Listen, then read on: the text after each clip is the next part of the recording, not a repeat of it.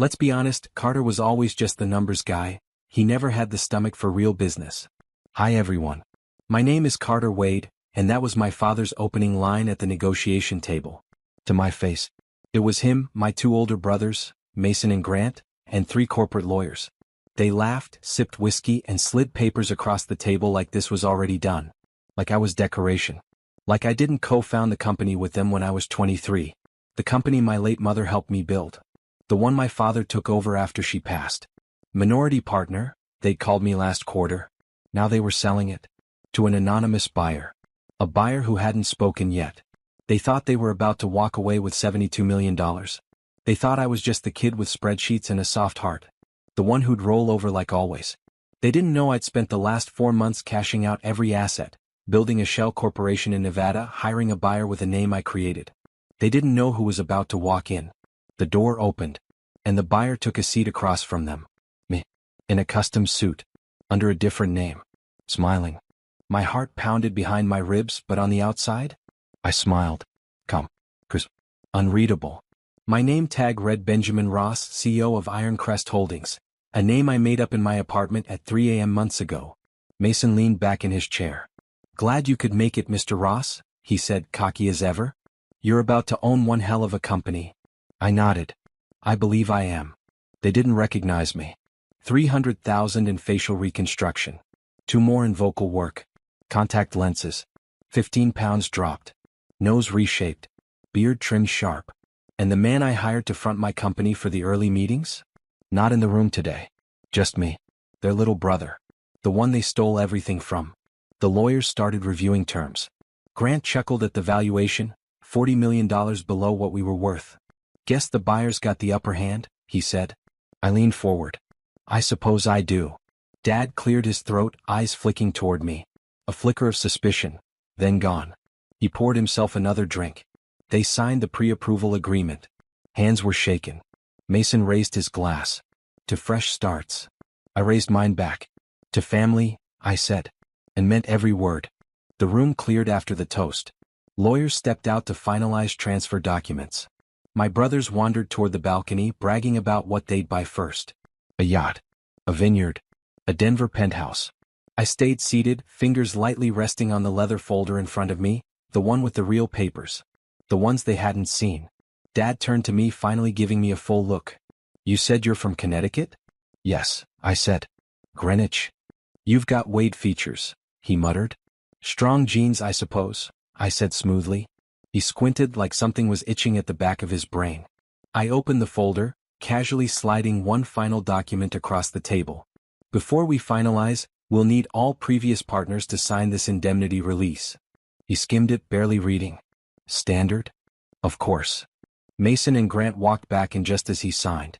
All 3 signatures. Ink still wet. And with that one document, they legally waived all rights to review the buyer's final identity. No lawsuits. No reversal. No second chances.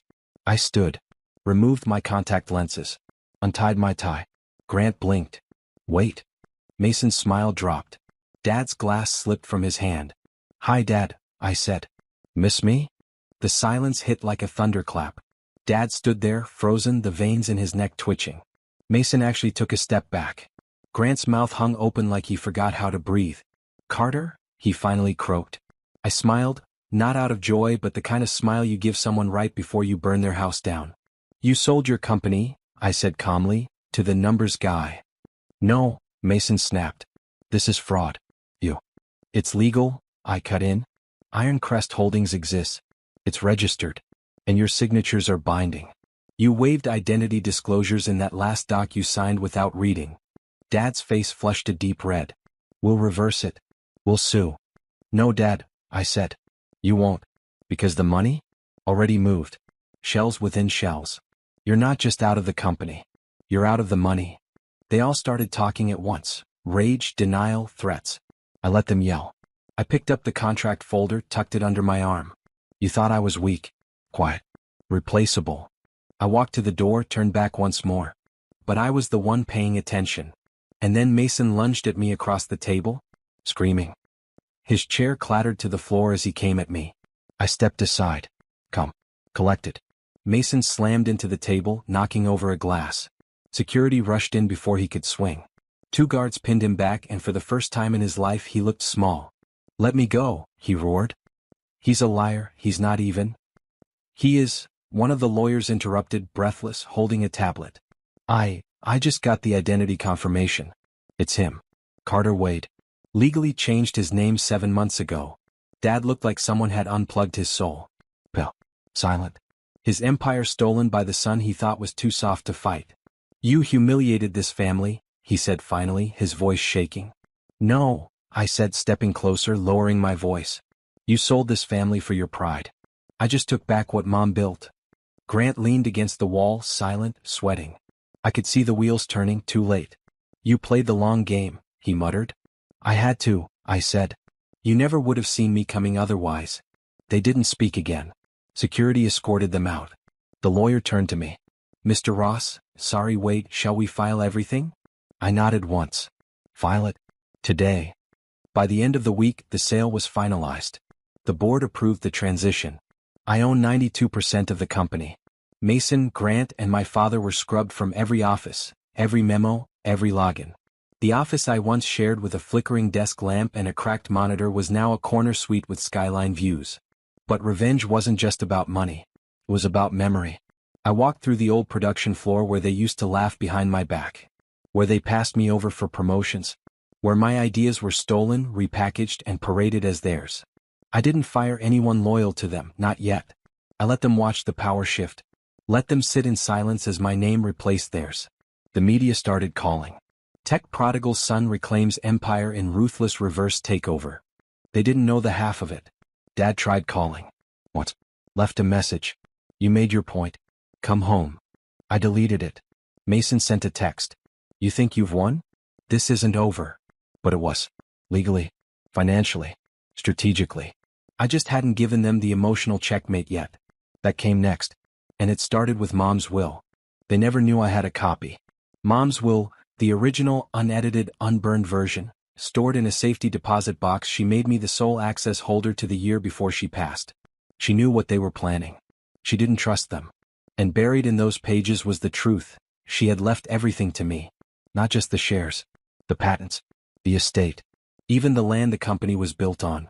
She'd signed it all over, quietly, legally, before the cancer took her voice. But Dad filed a revised version days after the funeral. Claimed Mom amended it on her deathbed. Said her final wish was to divide everything equally. He forged her signature. And now I had proof. I sent the document to my lawyer.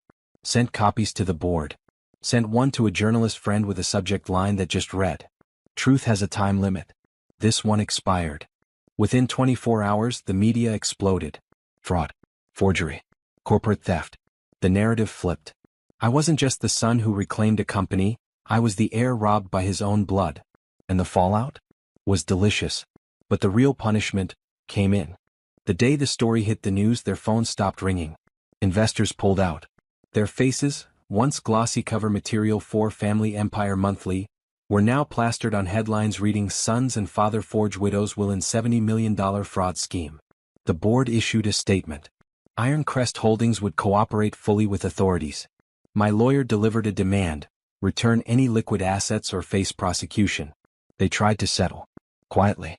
I refused. Let them sweat. Let them watch everything Mom built come back to her real heir. 2 weeks later, I sat in the same boardroom where they once toasted their betrayal. Only this time, I sat alone at the head of the table, overlooking the city they thought they ruled. A courier arrived. 3 letters. One from each of them. Grant's was begging. Mason's was threatening. Dad's? His was handwritten. "Carter, I underestimated you. That's my shame. I thought silence would make you weak. I forgot silence makes people listen." I folded it neatly and burned it in a glass ashtray. Then I turned to the empty chairs. This company belongs to someone with a soul now. The silence applauded.